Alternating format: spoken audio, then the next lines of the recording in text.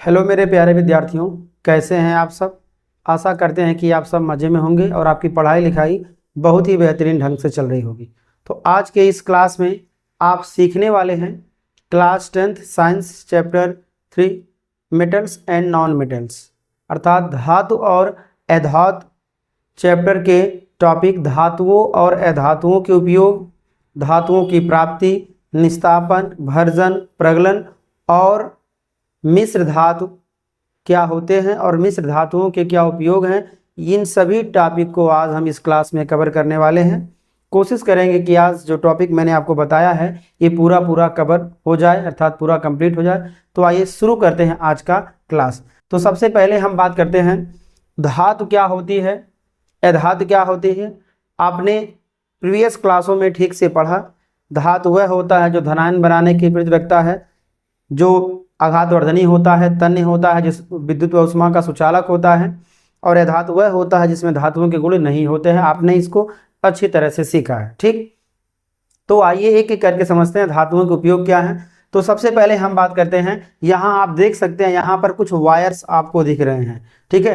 PVC एक खोल है, तो उसके नीचे कौन है, वायर है। यहाँ देख सकते हैं वायर के ऊपर पीवीसी पॉली वाइनिल क्लोराइड एक बहुलक है जो यहाँ पर इसके ऊपर चढ़ा दिया गया है। तो सबसे पहले बात करेंगे जो धातुएं होती हैं अर्थात जो मेटल्स होते हैं। मेटल्स में कॉपर, एल्यूमिनियम, और ये मुख्य रूप से कॉपर और एल्यूमिनियम, इन्हीं दो धातुओं का उपयोग वायर अर्थात तार बनाने में होता है। कौन सा तार, तो ध्यान दीजिएगा, विद्युत इलेक्ट्रिक वायर अर्थात विद्युत तार। विद्युत तार बनाने में एल्यूमिनियम और कॉपर के धातुओं का इस्तेमाल होता है, जबकि छत लगाने वाले जो तार होता है जिससे छड़ को लपेटकर बांधा जाता है वो लोहे का बना होता है। ध्यान रखिएगा। तो आइए एक एक करके समझते हैं कि कौन कौन सा धातु कहाँ पे उपयोग होता है और साथ साथ अधातु भी कहाँ उपयोग होता है। आज आप समझिए इमेज के द्वारा। जैसा कि आप यहाँ इमेज देख सकते हैं, इसमें से क्या है, ये सब वायर्स हैं, इलेक्ट्रिक वायर्स हैं, ठीक है। तो चलिए अब आगे बढ़ते हैं, ध्यान से सुनना आपको। Metals are used for a large number of purposes, अर्थात जो धातुएं होती हैं वो अधिकांश उद्देश्य के लिए प्रयोग की जाती हैं। बहुत ज़्यादा मात्रा में उसका उद्देश्य है उसके प्रयोग करने का। ध्यान से सुनिएगा। Some of the uses of metals are given below. कुछ जो है धातुओं के उपयोग यहाँ नीचे दिए गए हैं, एक एक करके आप समझिए। तो सबसे पहले हम लेते हैं कॉपर और एल्यूमिनियम के जो धातुएं होती हैं ना, वो इलेक्ट्रिक वायर के रूप में प्रयोग की जाती हैं। Copper and aluminiums metals are used to make wires, यानी कॉपर और एल्यूमिनियम के जो मेटल्स होते हैं वो इलेक्ट्रिक वायर को बनाने के लिए प्रयोग किए जाते हैं। जैसा कि आप देख सकते हैं आपके घरों में जो तार होगा वो किसका होगा, कॉपर का बना होगा, ठीक है।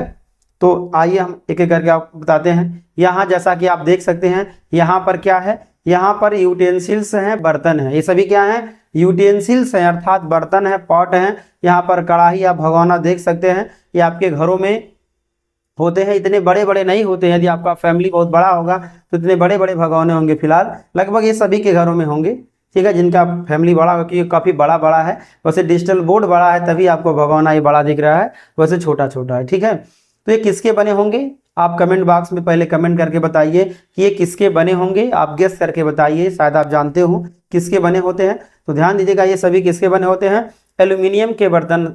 एल्यूमिनियम के सभी क्या है, बर्तन है। ध्यान दीजिएगा किसके बर्तन है, एल्यूमिनियम के बर्तन है, ठीक है। तो आयरन, कॉपर और aluminium metals are used to make household utensils and factory. ध्यान से सुनिएगा आप लोग। यहाँ पर आयरन, कॉपर और एल्यूमिनियम के बर्तन जो है ये सब हैं, लेकिन ध्यान देना यहाँ पर जो भी आपको दिख रहे हैं ये सभी किसके हैं, एल्यूमिनियम के ही दिख रहे हैं। यहाँ पर आपको लोहे का बर्तन नहीं दिख रहा है, क्योंकि तवा होता तो लोहे का आप देख लेते हैं यहाँ पर, ठीक है। कॉपर का भी यहाँ नहीं है, लेकिन ये सभी क्या हैं, ठीक है, ये सभी एल्यूमिनियम के ही दिख रहे हैं। थोड़ा आपका इसका जो है लाइट जो है हल्का सा ब्राउन येलो है, तो इसलिए आपको थोड़ा अलग नजर आ रहा होगा। फिलहाल ये धातुओं के ही बर्तन बने होते हैं, ठीक है। तो आप याद रखिएगा इसको। अब हम बढ़ते हैं आगे। यहाँ आप जैसा कि देख सकते हैं ये क्या है, ये सब सांचे हैं। इन्हीं सांचों में अलग अलग प्रकार के चीज़ों को ढाला जाता है, ठीक है।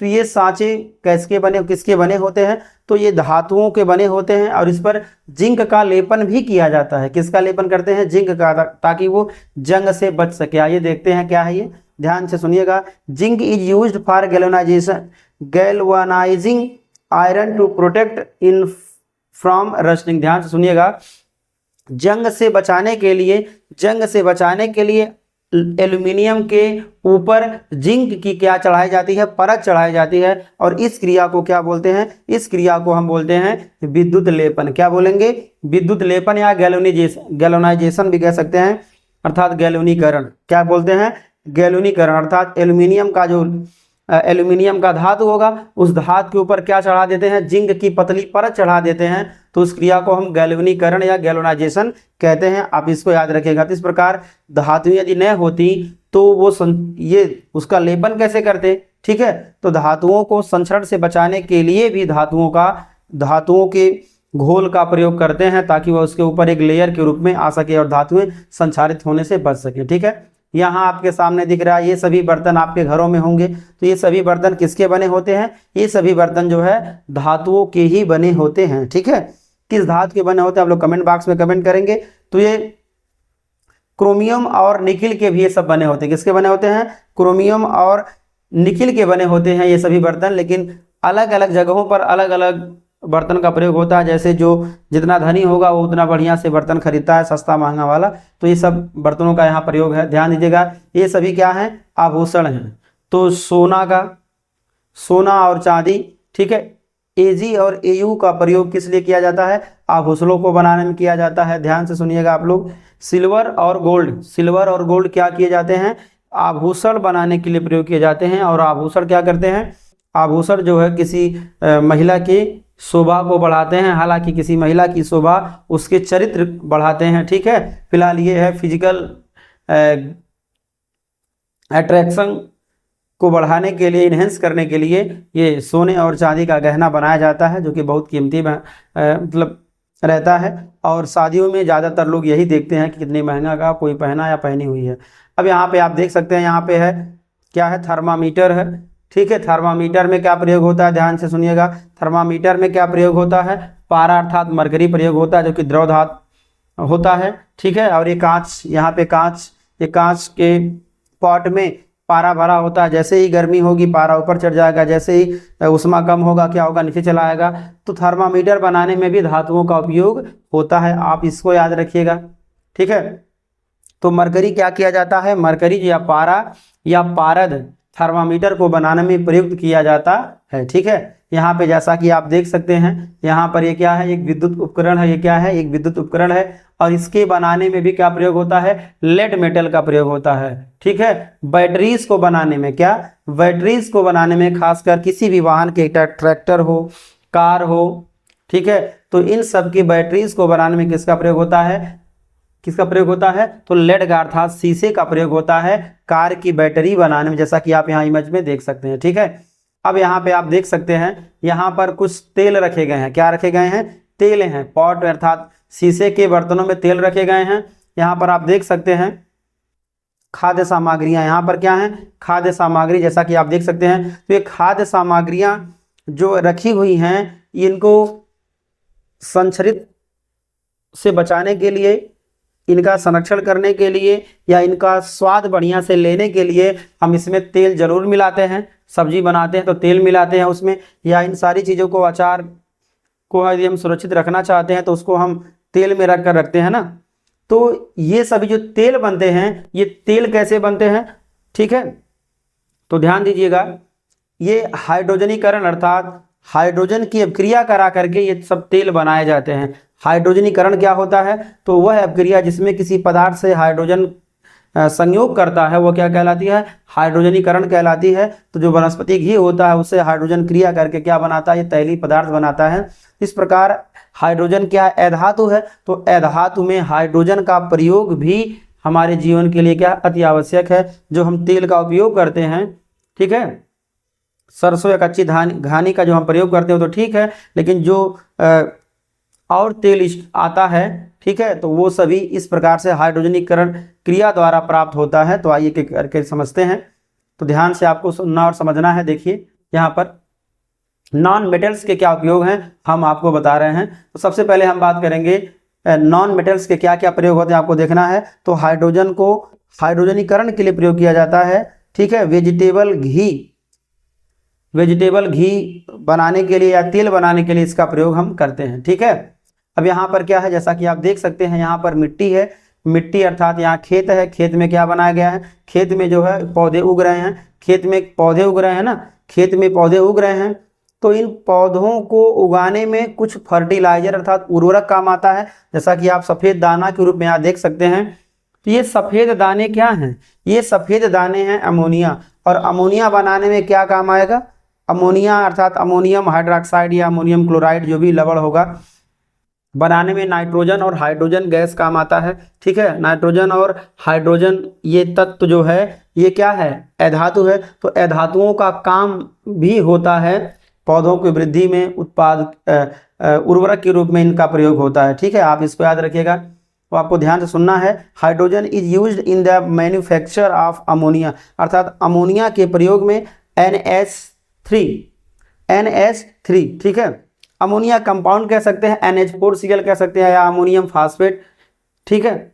अमोनियम फास्फेट, अमोनियम क्लोराइड या अमोनिया गैस, इन सबके बनाने में किसका प्रयोग होता है, नाइट्रोजन और हाइड्रोजन गैस का प्रयोग होता है, और ये दोनों क्या हैं, अधातुएं हैं, ठीक है। जैसा कि आप यहाँ देख सकते हैं, यहाँ पर क्या है, ग्रेफाइट का गुड कंडक्टर एक अच्छा चालक है, यहाँ देख सकते हैं आप, ग्रेफाइट का गुड कंडक्टर है। और यहाँ पर देख सकते हैं एक बीकर है, बीकर में क्या रखा गया, ये काला सा, बीकर में काला सा, और ये काला सा क्या रखा गया है, कार्बन अर्थात ग्रेफाइट की छड़ रखी गई है।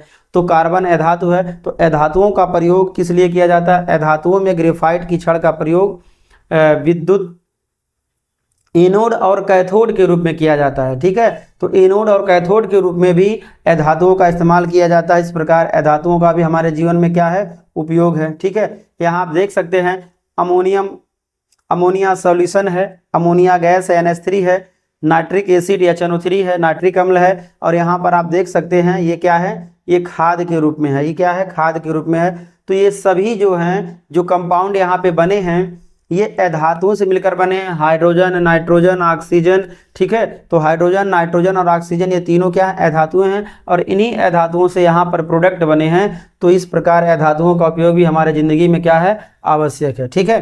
तो nitrogen is used in the manufacture of ammonia, अर्थात अमोनिया NH3 के बनाने में नाइट्रोजन का प्रयोग होता है। और जैसा कि आप यहाँ देख सकते हैं, यहाँ पर क्या है, यहाँ पर आप देख सकते हैं, ये यहाँ पर भी उपकरण कुछ हैं, और इसमें क्या रखे गए हैं, इसमें लिक्विड रखा गया है, नाइट्रोजन रखा हुआ है, इसमें क्या रखा हुआ है, नाइट्रोजन। तो नाइट्रोजन का जो उपयोग होता है वो होता है प्रिजर्वेशन के लिए, संरक्षण के लिए, किसका, जो भी खाद्य सामग्रियाँ होती हैं उनको सड़ने से बचाने के लिए, उनको खराब होने से बचाने के लिए नाइट्रोजन में उसको रखकर सुरक्षित रखते हैं, ठीक है। तो आपको ध्यान देना है, आपको समझना है कि नाइट्रोजन का प्रयोग जो है खाद्य सामग्रियों को सुरक्षित रखने के लिए किया जाता है, जैसा कि आप यहाँ इमेज में देख सकते हैं। यही कारण है नाइट्रोजन गैस जो है चिप्स में भरकर आता है। जब आप पैकेटों का जो चिप्स देखते होंगे उसमें नाइट्रोजन गैस भरी होती है। क्यों? क्योंकि नाइट्रोजन गैस जो होता है वो एंटीऑक्सीडेंट होता है, प्रति ऑक्सीकारक होता है, और किसी पदार्थ ऑक्सीजन उसमें ऑक्सीजन का संपर्क नहीं होने देता है, ठीक है, जो उसके अंदर मटेरियल रहता है पैकेट के अंदर उससे, ठीक है। यहाँ पे लिक्विड फॉर्म में है, ये चीज़ नाइट्रोजन है जो खाद्य सामग्रियों की सुरक्षा करता है, ठीक है। अब हम यहाँ बात करते हैं सल्फर, ये चूर्ण है, ये क्या है, ये सल्फर का चूर्ण है। और सल्फर का चूर्ण सल्फोनीकरण द्वारा जो है सल्फर से टायर बनाए जाते हैं। किसके टायर बनाए जाते हैं? रबर के टायर बनाए जाते हैं। एकदम ऐसे आपके सामने है। अगर सोचिए इन टायरों का यदि प्रयोग न हो वाहनों में तो सोचिए क्या होगा, आप एक जगह से दूसरी जगह बहुत तेजी से कैसे जा पाएंगे यदि आप वायुयान से। हालांकि वायुयान के टायरों में भी ऐसे ही कुछ होता है, वायुयान के टायर भी तो इसी प्रकार से बने होते हैं, ठीक है। यही हालांकि उसमें उच्च क्वालिटी का टायर होता है, इसी सब का होता है। तो सल्फर जो कि अधातु है, इस सल्फर का उपयोग कहाँ होता है? टायर बनाने में होता है। क्लियर? तो आप ध्यान दीजिएगा। अब हम बात करते हैं कि जो धातु होती है वो अधातुओं से क्रिया करती है। कैसे करती है? धातु और अधातु क्रिया कैसे करते हैं? तो आपको ध्यान देना है, धातु और अधातु आपस में कैसे क्रिया करते हैं? तो धातु इलेक्ट्रॉन का त्याग करके और अधातु इलेक्ट्रॉन का ग्रहण करके विद्युत संयोजी बंध या आयनिक बंध या ध्रुवीय बंध बना करके धातु और अधातु क्या बनाते हैं, कंपाउंड अर्थात यौगिक बनाते हैं। तो आइए एक एक करके समझते हैं। तो सबसे पहले हम बात करते हैं यहाँ पर धातु और प्लस अधातु। धातु प्लस जब अधातु ये दोनों मिलते हैं तो क्या बनाते हैं, ये बनाएंगे विद्युत संयोजी यौगिक। क्या बनाएंगे, विद्युत संयोजी यौगिक। विद्युत संयोजी यौगिक बनाएंगे, आपको याद रखना है। उसको हम आयनिक यौगिक भी कहेंगे। क्या बोलेंगे, आयनिक यौगिक। धातु और अधातु जब आपस में क्रिया करके बनाते हैं जो यौगिक बनाएंगे, क्या बनाएंगे, विद्युत संयोजी यौगिक बनाएंगे। इसमें बंध कौन सा होगा, ध्यान देना है, इसमें बंध कौन सा होगा, याद रखना है, विद्युत संयोजी बंध होगा। कौन सा बंध होगा, बंध होगा विद्युत संयोजी या आयनिक बंध होगा। कौन सा बंध होगा, आयनिक बंध होगा, विद्युत संयोजी बंध या आयनिक बंध। ठीक है, तो आप इसको याद रखिएगा। ये पहला है धातु और अधातु। कैसे, धातु इलेक्ट्रॉन दे देगा, अधातु इलेक्ट्रॉन ले लेगा, दोनों ले दे करके क्या बनाएंगे, विद्युत संयोजी यौगिक या आयनिक यौगिक बनाते हैं। और उसमें जो बंध होता है वो विद्युत संयोजी या आयनिक बंध होता है। अब बात करते हैं बंध किसे कहते हैं। तो विभिन्न यौगिकों में परमाणु जिन आकर्षण बलों से बंधे रहते हैं उसको हम बंध कहते हैं। बंध तीन प्रकार का होता है, विद्युत संयोजी बंध, ठीक है, सहसंयोजी बंध और उपसहसंयोजी बंध। तो धातु और अधातु के बीच जो बंध होता है वो विद्युत संयोजी होता है। इस कारण जिस यौगिक में विद्युत संयोजी बंध होता है उसको हम विद्युत संयोजी यौगिक कहते हैं। और अधातु, दो अधातु जब मिलकर यौगिक बनाते हैं तो उसमें सहसंयोजी बंध होता है और ऐसे यौगिक को हम सहसंयोजी यौगिक कहते हैं। ठीक है, और जब कोई धातु, ठीक है, दो या दो से अधिक धातु रहें और वो पेयर में इलेक्ट्रॉन का दान करके, इलेक्ट्रॉन को दे करके डोनर और रिसीवर के रूप में जब वो यौगिक बनाते हैं तो उसको हम उपसहसंयोजी यौगिक कहते हैं। और डी ब्लॉक के तत्व जो रंगीन यौगिक बनाते हैं वो क्या करते हैं, उपसहसंयोजी यौगिक बनाते हैं, कोऑर्डिनेशन कंपाउंड उसको हम कहते हैं। ठीक है, तो धातु और अधातु क्या बनाएंगे, विद्युत संयोजी यौगिक बनाएंगे। और दूसरा आप एडवांस में समझ लीजिएगा, अधातु और अधातु, ध्यान से समझना है, अधातु और अधातु, दो अधातु मिलकर क्या बनाएंगे, तो दो अधातु मिलकर बनाते हैं सहसंयोजी यौगिक। क्या बनाएंगे, सहसंयोजी यौगिक, सहसंयोजी यौगिक। और उसमें कौन सा बंध होगा, उसमें कौन सा बंध होगा, तो कौन सा बंध होगा, ध्यान से समझिएगा, उसमें सहसंयोजी बंध होगा या सहसंयोजक बंध भी कहते हैं। तो अधातु अधातु, अगर दो अधातु या एक ही प्रकार का धातु जैसे HHOONN अगर ये मिलकर H2N2O2 Cl2 I2 Br2 अगर ऐसे यौगिक बनाते हैं, या फिर अलग अलग अधातु हो चाहे सेम अधातु द्विबार हो, वो मिलकर यदि यौगिक बनाता है तो कौन सा यौगिक होगा, सहसंयोजी यौगिक होगा। ठीक है, और उसमें सहसंयोजक बंध होगा। तो आप यहाँ पर इसको ऐसे समझिए। फिर आइए एक एक करके समझते हैं कि धातु अधातु से क्रिया करके कैसे यौगिक बनाते हैं। ठीक है, तो आइए समझते हैं।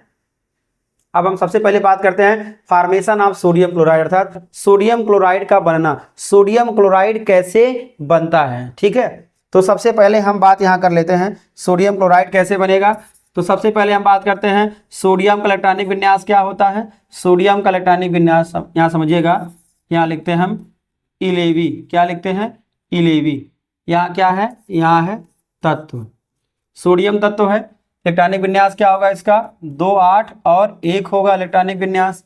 और सोडियम क्लोराइड कैसे बनेगा, तो सोडियम का इलेक्ट्रॉनिक विन्यास 2 8 1 होगा। क्यों, क्योंकि सोडियम का जो परमाणु क्रमांक कितना होता है, 11 होता है। सोडियम का परमाणु क्रमांक होता है 11, पहले कक्षा में 2, दूसरे में 8, तीसरे में हो जाएगा 1। ठीक, और यही क्लोरीन का कितना होता है इलेक्ट्रॉनिक विन्यास, ये होता है 2 8 7। क्लोरीन का परमाणु क्रमांक होता है 17। ठीक है, इलेक्ट्रॉनिक विन्यास होता है 2 8 7। एग्जाम में याद रखिएगा, ऐसे आएगा ये, तो ध्यान दीजिएगा। ये यहाँ पर एक जो है यदि ये हट जाए और क्लोरीन वाले में आ जाए तो इसका अष्टक पूरा होगा, अर्थात बाह्य कोश में 8 होगा। सभी तत्व चाहते हैं कि उनके बाह्य कोश में 8, 2 या 18 जो भी उनका 2n² के अनुसार, रूल के अनुसार जो भी उनके बाह्य कोष में इलेक्ट्रॉन होने चाहिए वो पूरे हो जाए। सभी लोग ऐसा चाहते हैं। कुछ लोग चाहते हैं, कुछ तत्व चाहते हैं कि हम दे लें और कुछ तत्व चाहते हैं कि हम ले लें। तो इलेक्ट्रॉन का त्याग करके या ग्रहण करके तत्व अस्थायित्व को प्राप्त करना चाहते हैं। इसलिए सोडियम क्या करेगा, इसको एक इलेक्ट्रॉन दे करके वो आराम से आबाद हो जाएगा, और क्लोरीन एक इलेक्ट्रॉन लेकर के यह भी आबाद होना चाहेगा, अस्थायी करना चाहेगा।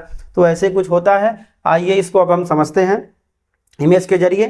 तो चलिए अब आपको यहाँ देखना है, सोडियम जो है, सोडियम का परमाणु क्रमांक Z कितना होता है, 11 होता है। और यहाँ पर सोडियम का जो है न्यूक्लियस यहाँ आपके सामने है। इसमें क्या है, ध्यान से सुनना है। यहाँ पर सोडियम में 12 न्यूट्रॉन होता है। 12, सुनिएगा ध्यान से, सोडियम में 12 न्यूट्रॉन होता है और 11 क्या होता है, 11 प्रोटॉन होता है नाभिक में। और 11 इलेक्ट्रॉन नाभिक के चारों ओर अलग अलग कक्षाओं में चक्कर लगाते हैं।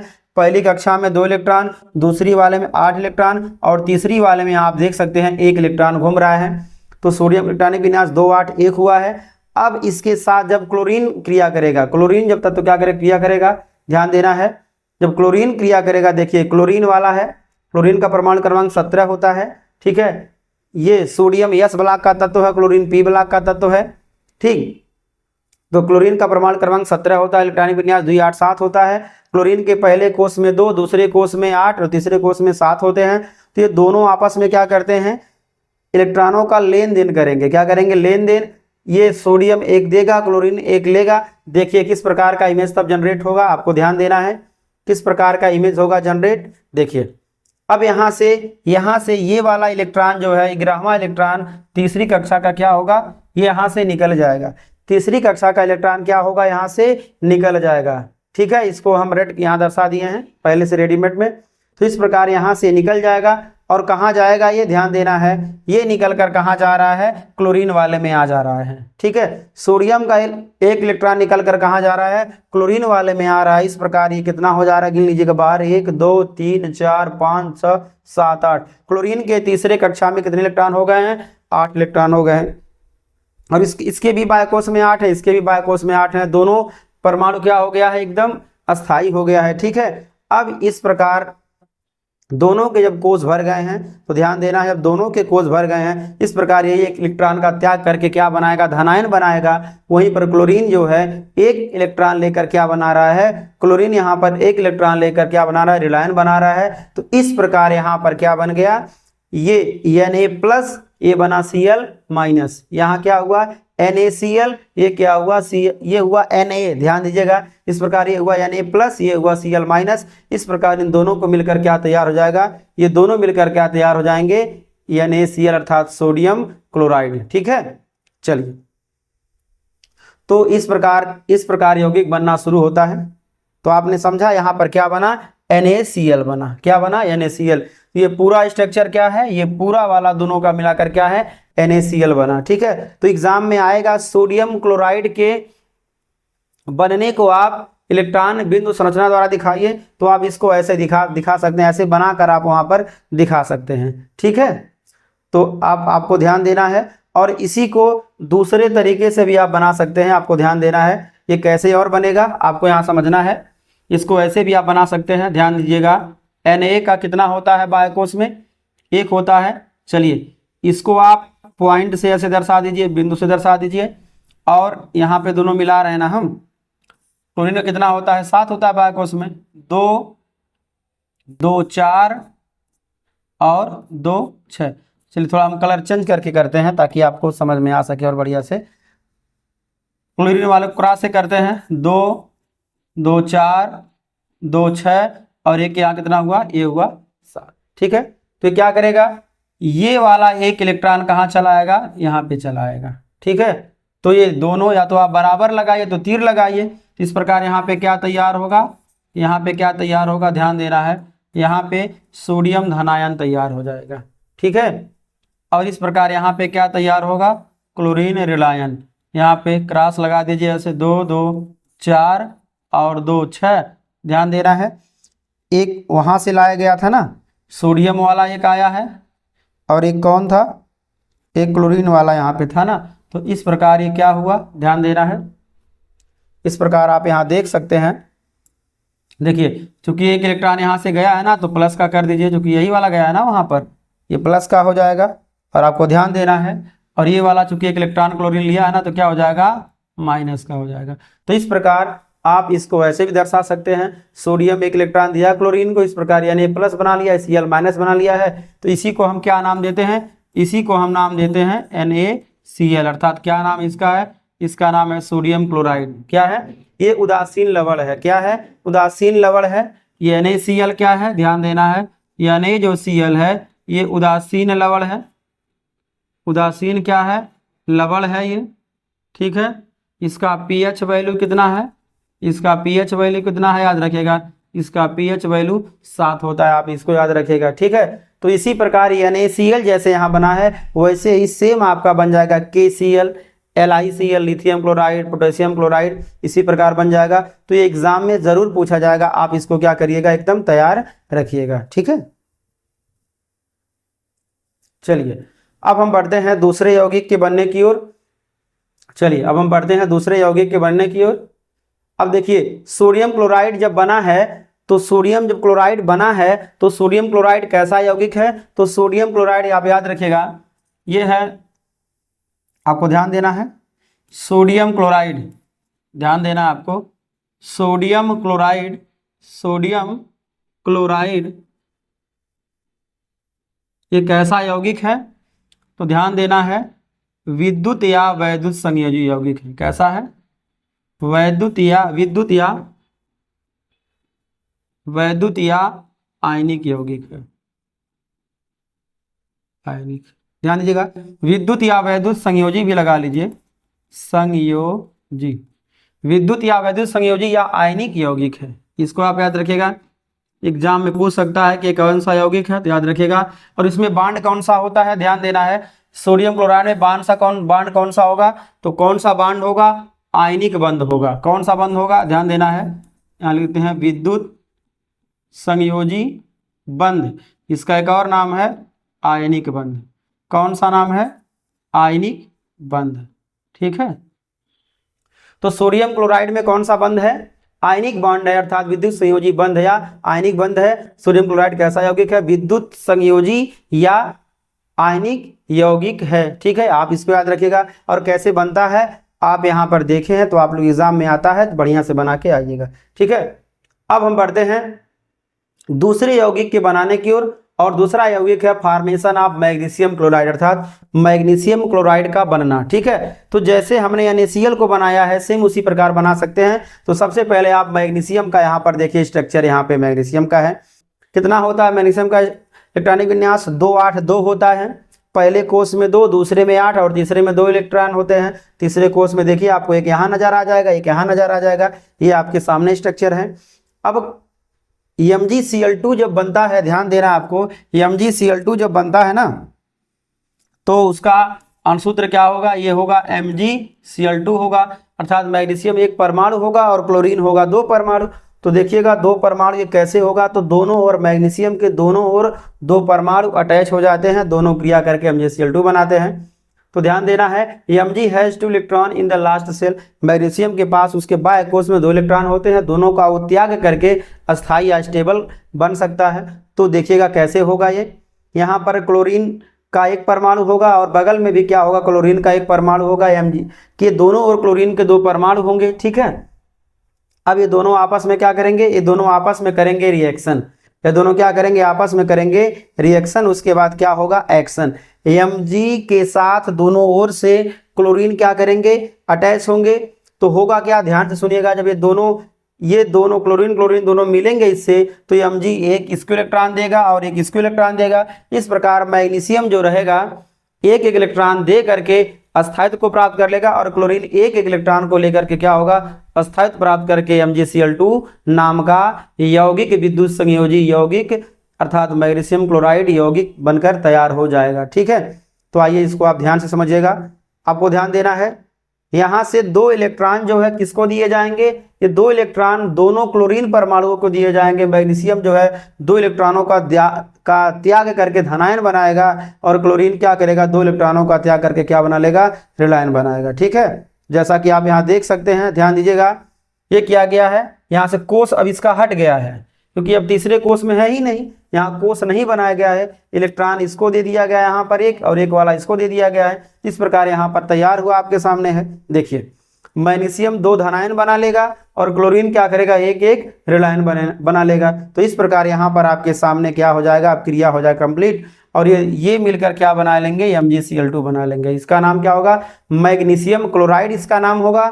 और ये विद्युत संयोजी यौगिक है, इसमें आयनिक बंध है, ठीक है, ये आयनिक यौगिक है, ठीक है। तो आपको अब ध्यान देना है, एकदम ध्यान से सुनना है। और आपको एक जानकारी और अभी लेना है। देखिए यहाँ पर क्या रहेंगे, यहाँ पर रहेंगे प्लस, यहाँ पे क्या रहेगा, यहाँ पे रहेगा प्लस, ठीक है। ये मिलकर करेंगे, चूंकि ये प्लस यहाँ नहीं रहेगा, क्यों, क्योंकि अब ये सब एक हो जा रहे हैं। ये क्या हो जा रहे हैं, एक हो जा रहे हैं। तो आइए इसको हम दूसरे रूप में देख लेते हैं, दूसरे स्ट्रक्चर के रूप में इसको हम देख लेते हैं। ध्यान देना है।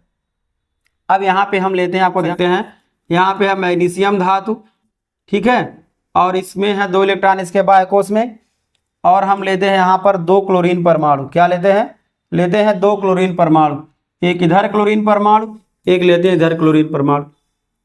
इसको ऐसे दर्शाते हैं 2 2 4 और 2 6, एक यहाँ और रहेगा 7 अभी होगा, यहाँ पर 2 2 4 2 6, एक यहाँ पे रहेगा 7 हो जाएगा।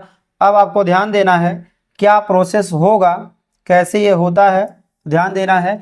मैग्नीशियम का एक इलेक्ट्रॉन यहाँ आएगा, दूसरा इलेक्ट्रॉन कहाँ जाएगा, ध्यान देना है, दूसरा इलेक्ट्रॉन कहाँ चलाएगा, यहाँ चलाएगा। तो इस प्रकार इसका भी हो जाएगा 8 पूरा, इसका भी हो जाएगा 8 पूरा। तो ये दोनों क्या करते हैं, ये दोनों क्लोरीन मैग्नीशियम से एक एक इलेक्ट्रॉन लेकर क्या बना लेंगे, ध्यान दीजिएगा। तो सबसे पहले क्या बनेगा, आपको ध्यान देना है, यहाँ पर मैग्नीशियम यहाँ पर धनायन बना लेगा, क्या करके, 2 इलेक्ट्रॉनों का त्याग करके, और यहाँ पर क्या बना लेगा, अभी ये ऋणायन बना लेगा। कौन, ये है क्लोरीन। क्लोरीन क्या बनाएगा, ऋणायन। कैसे बनाएगा, यहाँ पे 2 2 4 2 6, ठीक है। और चूंकि एक इलेक्ट्रॉन लिया है ना, एक इलेक्ट्रॉन लिया है ना, तो चलिए एक इलेक्ट्रॉन को यहाँ इसको दे देते हैं, ठीक है। तो ध्यान देना है, आपको ध्यान से सुनना और समझना है। चूंकि वहां पर 2 परमाणु था ना, वहां पर क्या था, 2 परमाणु था। तो देखिए यहाँ पर 2 बार लिखा गया है, तो हम इसको 2 बार ना लिखकर क्या करते हैं, यहाँ पर 1 माइनस या -1 पावर चढ़ा के क्या इसे लगा देते हैं, और यहाँ पे ट्वाइस कर देते हैं, पावर नहीं कहेंगे उसको। तो ये Mg2+ बना रहा है, और क्लोरीन जो है यहाँ पर एक इलेक्ट्रॉन एक परमाणु ले रहा है, यहाँ पे ट्वाइस कर दिए, मतलब 2 परमाणु इसको इंगित कर रहा है, ठीक है। तो इस प्रकार ये MgCl2 यहाँ पर बन रहा है, आपके सामने यहाँ पे बन रहा है। एक तरीका ये बनाने का हो गया, और दूसरा तरीका यहाँ पर आपके सामने है, ठीक है। एग्जाम में आएगा तो आप दोनों तरह से इसको आप बना सकते हैं, ठीक है। तो आइए अब हम बढ़ते हैं अगले टॉपिक की ओर। अब हमारा अगला टॉपिक है कि जो आयनिक बंध होता है, ठीक है, जो इलेक्ट्रोवायलेंट बॉन्ड होता है, ये कैसे होता है। तो इलेक्ट्रॉनों के स्थानांतरण से जो बंध बनता है, ध्यान दीजिएगा, इलेक्ट्रॉनों के स्थानांतरण से जो बंध बनता है उसे ही हम विद्युत संयोजी बंध या आयनिक बंध कहते हैं। ध्यान से फिर सुन लीजिएगा, इलेक्ट्रॉनों के स्थानांतरण से जो बंध बनता है उसे हम विद्युत संयोजी बंध या आयनिक बंध कहते हैं। और जिन यौगिकों में आयनिक बंध या विद्युत संयोजी बंध उपस्थित होता है उसे ही हम आयनिक यौगिक या विद्युत संयोजी यौगिक कहते हैं। तो sodium chloride, magnesium chloride, lithium chloride, aluminium chloride, zinc chloride, धातु क्लोराइड का बनना क्या है, विद्युत संयोजी यौगिक का उदाहरण है, ठीक है। अब हम बात करते हैं, आप लोग ध्यान से सुनना है आपको, कि क्या इसके गुणधर्म होते हैं, विद्युत संयोजी यौगिकों के क्या गुणधर्म होते हैं। आप याद रखिएगा, प्रॉपर्टीज ऑफ आयनिक कंपाउंड्स, जो विद्युत संयोजी यौगिक होते हैं उनके क्या क्या गुणधर्म होते हैं। तो सबसे पहले आप इसको एक एक करके समझिए कि जो विद्युत संयोजी यौगिक होते हैं, चूंकि प्रबल आकर्षण बलों से बंधे होते हैं, इसलिए इनका गलनांक और क्वथनांक क्या होता है, उच्च होता है। अर्थात जो विद्युत संयोजी यौगिक होते हैं वो प्रबल विद्युत आकर्षण बलों से बंधे होते हैं, संयुक्त होते हैं, इसलिए वे बहुत ही क्या होते हैं, आपस में प्रबल बांडों द्वारा बंधे होने से वो क्या होते हैं, उनके गलनांक और क्वथनांक जो है बहुत उच्च होते हैं, ठीक है। तो आप इसको याद रखिएगा। और वो क्या होते हैं, आयनिक जो बंध होते हैं वो जल में विलेय होते हैं। आयनिक क्या होते हैं यौगिक, जल में विलेय होते हैं, ठीक है, अर्थात इनको जब जल में घोलते हैं ना तो क्या होंगे, जल में ये घुल जाते हैं। ठीक है, तो आप इसको याद रखिएगा, जल में विलेय होते हैं, गलनांक और क्वथनांक उच्च होते हैं। क्यों होते हैं, क्योंकि प्रबल विद्युत आकर्षण बलों से बंधे होते हैं। आइए एक एक करके समझते हैं।